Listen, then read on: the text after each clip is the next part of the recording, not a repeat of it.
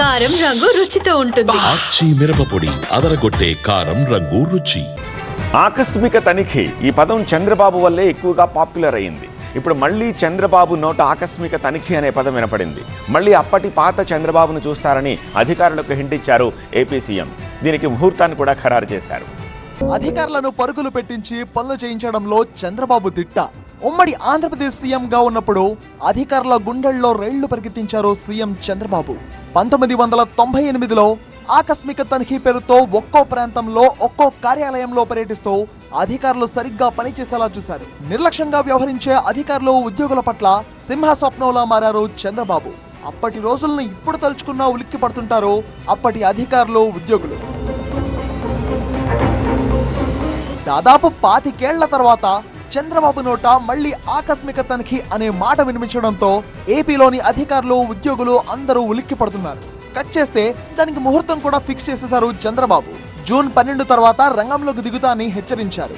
దీంతో అధికారులందరూ బెంబేలెత్తిపోతున్నారు.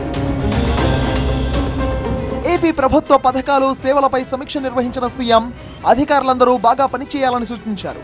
ఆర్టీసీలో సౌకర్యాలు సదుపాయాలు మెరుగుపడాలని సూచించారు. దీపం లబ్ధిదారుల ఖాతాలో ఒకేసారి 3 సిలిండర్ల డబ్బులు జమ కావాలని సూచించారు.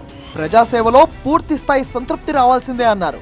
ప్రజలకు మెరుగైన సేవలను అందించేందుకు అధికారులందరూ 100కు 100% సామర్థ్యాన్ని ఉపయోగించాలని ఆదేశించారు సీఎం. డేటా అనలిటిక్స్ కు ప్రాధాన్యం ఇవ్వాలని సూచించారు. ప్రభుత్వ పథకాలపై సమీక్షా సమయంలోనే అధికారులను హెచ్చరించారు సీఎం చంద్రబాబు. జూన్ 12 తర్వాత ఆకస్మిక తనిఖీలు చేస్తానంటూ హింట్ ఇచ్చారు. దీంతో అధికారులందరూ అలర్ట్ అయ్యారు.